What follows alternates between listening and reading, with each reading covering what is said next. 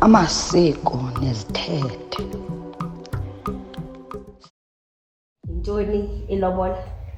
Hayi singangena siphele lapha emxholweni, kodwa ke ngokomntu ongaziyo ndingathi xa ndichaza ilobola lena ndithi kukwakhiwa kobuhlobo phakathi kwamakhaya amabini. Ilobola le ibingeyomntu onomntana, ibingeyomntu ongenamntana. Koonozakuzaku aba yo ndingatsho into yokubana basisiqalo, basisiqalo basisiphelo somtshato womntu.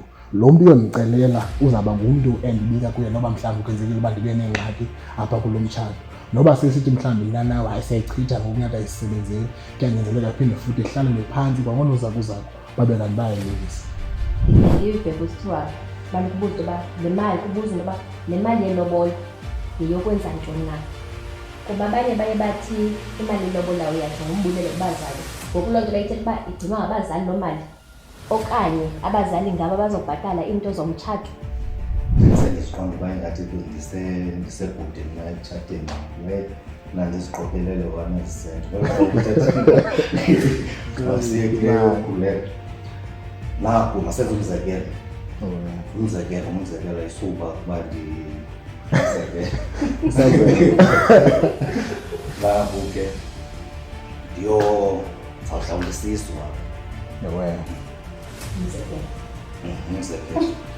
Andiqonda uba hayi manje ntombi dala sendiyibona kakuhle and dala sendiqonda uba hayi ndingawukha umzi na. Ndiqonda uba ndifuna unyuka ngesandla. Izi-steps ekufuneka ndizithathile zithini ke xa kunjalo? Andifuni.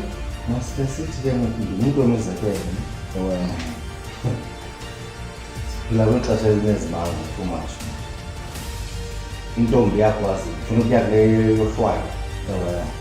Intombi these days iyakwazi uzilobola. So isohlwayo anosifumana xa seyisaziwe ngoomalume, sithi xesha seligqithile baphela betshata yonke loo nto leyo, only to find out uba le ntombi izilobole man, lo mfana khange akhuphe kwanto. Isohlwayo siyazithini ke ngoxa kunjalo?